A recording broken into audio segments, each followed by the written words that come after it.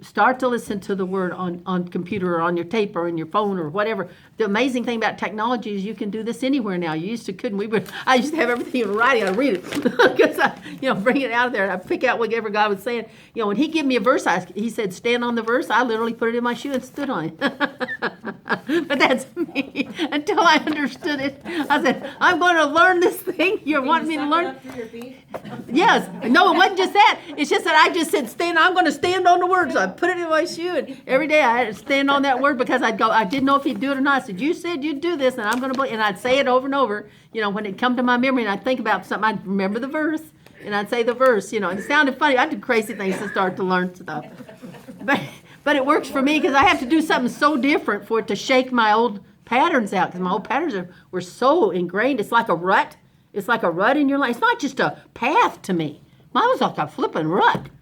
If you ever get in that with a car, have you ever tried to get out of one of those dried ruts? And then finally it's like, bam. And that's what it felt like to me. It's like, man, I had to fight against it, keep pushing against it, and just by faith keep believing this is going to work. You said it's going to work. I'm going to believe you. Because see, faith is believing God says what he said he'll do. He'll do it. That's what it is. So what we're going to get into in the Holy Spirit, this is really neat. The Holy Spirit compels and he urges. This is number 4. He compels, he urges, and he gives Christian believers the desire to be led and guided by him. So if you want to be led and guided, that's coming from God. When you got saved, how did you get saved? The urging and the compelling of the Spirit. It says only the Holy Spirit brings you. He does this with everything, though. If you need to do something, he needs you to do it, ask him, say, the word says this, whether it's forgiveness, says, I can't forgive, and it says, but your word says forgive, or you don't forgive me. Wow, that's big. Why do you not feel God? You're not doing what he's doing. Asking you to do. Have you forgiven everybody's told you to do? Doesn't say you forget them. Doesn't say you're going to be an idiot and go back into the same thing and have it happen again. If you cannot do it that way. The thing is if somebody's damaged you or something so badly, don't go back in that same situation. Forgiveness is not forgetting. People say forgive and forget. But I always thought I'm not going to be that stupid twice. But so what I do is, and I do eventually forget, because every time I think about them, then I pray for them. And once you start praying for somebody genuinely, it softens your spirit towards them. It really works. So what we do is he compels us, he urges us, and he gives us the desires that we have. When it says pray to God and he'll give you the desires of your heart, that's what that means. He doesn't give you don't have your own, we have our own desires, our own natural desires. But when it says he gives you the desires, he's giving them. So if you're listening to him and you take the desires he has, they're the best ones you can have. Our desires may be one thing. And just like when I was getting into ministry and didn't realize I was a missionary without even knowing it till somebody was saying, well, you're a missionary. I thought, well, okay, I guess I am. Once you put it out in front of my face, I see I'm ministering to people, pray for them, go to the hospitals, did all that because the Lord just led me there. But what happens is as you're led, God just compels you and he empowers you then. But he gives you those desires because we have our own. And it's just like my daughter said, well, Mom, you wanted to do so-and-so. And I said, that's what I thought I wanted. But you know what? The more I follow God, I realize he's better at knowing what I want than I am. That's a huge thing. I thought I wanted a certain thing. I wanted to go a certain way in engineering, only woman in engineering, because that was back in the 60s. And I thought, okay. And then God pulled me on this, and he kept putting me in another spot. I'd end up getting to go apply here, and he'd give me a scholarship. And I guess I'm going there then. Somebody hand me an application, said, fill this out. And I thought, and I hear, fill it out in my spirit. I go, okay, I'm going to fill it out. And I get that thing. I go, okay. I did not expect to work with emotionally behavior disordered kids, gang members. So that was not my choice. I lived in a crazy house. I didn't need to be working in a crazy house. But seriously, it'd be silly. But it wasn't but as I listened and he gets you there. Because that's what he's got to call on our life. If we realize whatever I desire, I told Tori, I'll give up my desire because I want to know. And after a while, you find out God's was better. That was better than I expected. I'm doing better than I thought this would be. I don't know what I would have been back there. But I thought, boy, I want to do this. Well, that wasn't at all what God had intended for me. Like I said, I may want to do something. But if I go ahead and listen to him, he's going to take me to a better place. Because his blessings, the blessings are where he has you to be. Remember we talked about it before, years back when we were talking about, I said, if God has your blessings here, if I live here and God has talked about moving over here and I don't move, his blessings are right here waiting for me. I'm not listening to him.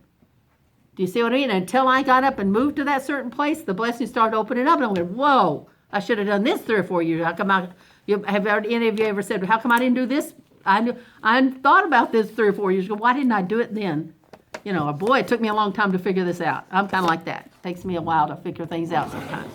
So what it has is where God leads you, he's going to bless you there. So his blessings are waiting there, and sometimes you're not where he's telling you to go. So you can't blame God is what I'm saying. After a while, it's just like we got determined. You finally figured out, no, this is what I chose to do. I chose to do this, and I have to realize, God, that wasn't your fault. That was me not listening.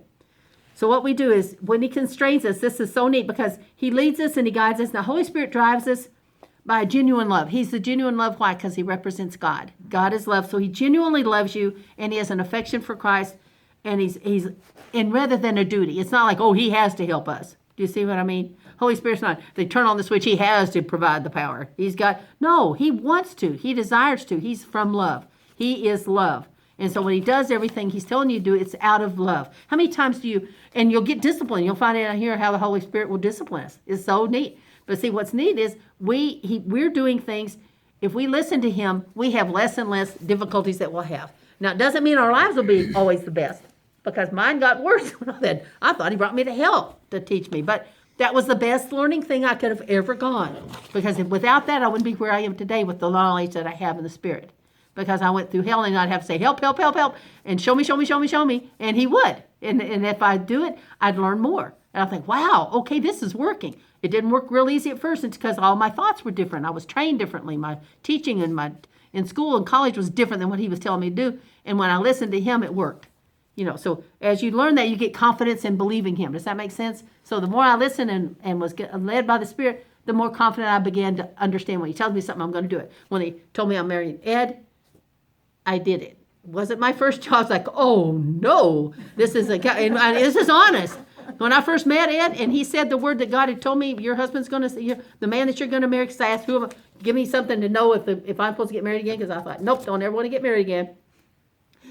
I'd rather have no man than the wrong man. I have been there. Forget that. No way. I mean, seriously, I talk to God like that. No. It's kind of like, no. And I didn't date for 20 years or something, So it's so funny when Tori says, oh, Mom, you want to be married? And I thought, I've never been dating your entire life. Where in the world did you get that?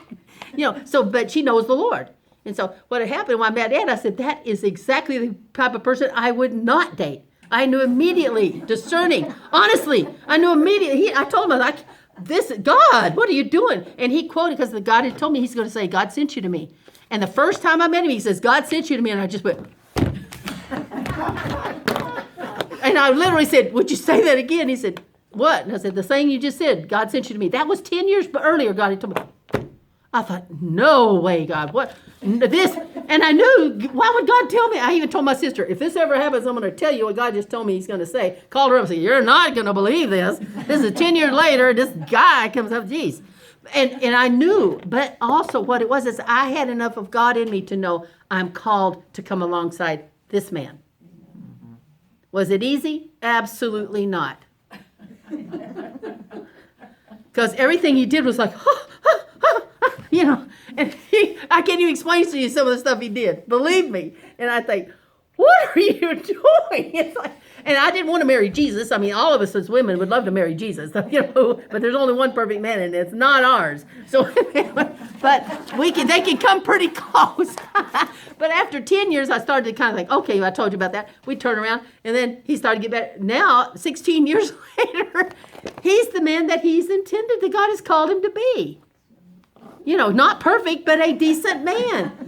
No, before, I'm not even going to give you the labels that we had on the situations of his life when he had gone to therapy and all this stuff. Man, I thought, God, I've already been through this with my life, getting my life straightened. Now you want me to go back through this with another time? Good Lord, I don't know if I can make it. But I did, because I always had God there. And the thing was, and it's worth it. Even though it's worth it. Things don't happen overnight, people. Commitment to marriage is a commitment. It is not a contract. Covenant. It is a covenant, and it is a commitment of sacrifice. A covenant is a sacrificial act, and marriage is a sacrifice on both parts. But one of the neatest thing about it is the word wife is, I believe, if I'm not mistaken, the same Greek word as paraclete, which is the Holy Spirit. The wife has the same word as a helper. If you'll read in there, wife is the helper of the husband. And so what it is that what we're to do is help them. We both work with each other as a partner. So many of it says, I'm over you, and that's not what it is. You've misread the word. So what is exciting is, but the Holy Spirit urges us. So I was urged to do this, and in fact, when I told my daughter, she goes, what are you doing now? Is that a science experiment? And I said, she already asked me, she goes, is this a science experiment? I said, Lord, Tori, you're the one that brought this up and said I wanted to get married. I mean, come on, out of nowhere in 20 years. So, I mean, it's all funny, but God does funny things with me to learn things. If you can tell, yes. And if I'd have thought about it, get married within, a few months, 2 or 3 months, because if it take much longer, there is no way I'll probably be bailed by then, because except I did have to ask real quick, say, Lord, give me a love for this man. If this is the man you have called me to, I knew enough to that, because I prayed for a lot of marriages when they had lost the love in their love in the relationship and wanting to divorce and have a difficult time. I said, there was a love once, and the Lord taught me this. I don't know who I'm talking to, but I'm talking to somebody. The Lord had taught me there was love at the beginning. It's still there. It's never dead. So what you have to do is you have to rekindle that love that you had before. And so I'd pray for marriages to be restored. And so I said, well, if I knew that, then I said, okay, Lord. And I had to tell that. I said, I'm going to have to pray for God to help me to love you. Give me a love for him, because God can give us, he is love. So who can give it? He can. And so he did. He gave me a love for him just within a matter of time. I said, okay, God, I'm going to do this out of obedience. And then I'm going to trust you to be who you are. That you're not. Oh, there was times when I said, Ed would say, gee, you got more than you thought. I thought, if one of the lines he used to say, you won't mind me saying this now, he used to say, you don't have to change anything in your life to be with me. Everything was different. I thought, boy, can you speak a good speak, boy. And because see, I'm such a realist, and I go, that's the way you see it, but you don't realize how much has been sacrificed over here. And not me, because I was just obedient to God. Because it said, do all things as unto God. It's the same thing with your husband. Do all things as if God is there. So you're kind to him and mean. I'm not terrible. I very seldom get angry. But if I get angry, I usually don't talk at all. I'm one of those, if I'm getting really angry, I shut up, because I don't want to say the wrong words. I live in a household with damaging words. So if I'm really, you can tell I'm upset and I'm not talking, there's a good reason. I don't want to say what I'm thinking right at the moment. So when I'm the hottest, I don't talk at all. But anyway, that's the Holy Spirit restraining me. Do you see what I mean? I listen. He constrains us. And thank God he does. Because some of the things that we do and say are incorrect. And he's trying to help us by restraining us. So what happens is this one is so interesting. Sometimes the Holy Spirit appears to lead us against our will. Have you ever thought that once you start to learn about the Holy Spirit, I'm thinking, I don't want to do that. God, I don't want to do that. And yet I know, oh man, you're going to have me do this, aren't you? Just like Jonah, I can understand Jonah, believe me. Are you kidding me? I don't want this guy. He's got every tactic of a man I'd never wanted. Now I know, and he knows that, but I love him. Do you know what I mean? But because I was committed, that God brought us together tough, loving, and he had to realize that he didn't even realize that what he was doing was incorrect. Because when you are in a place to where you've been habitually so many years of your life, 50 or so, because we married at 54, 55, I'm 71. So we married at 55 years old. Not like I'm stupid or anything, but I thought I might have been. But no, he's good. But but I went through these things. If it hadn't been for God, I would have. Smiling. So. No, he is. He knows. He's a good. But we went through a lot. He thanks God for me. Now, one of the neatest things he ever said was just a month or so ago. What do you remember? What you said? I wish I would have known you 16 years ago.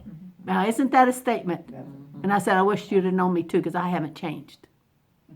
I've just gotten stronger. That's what happened to me.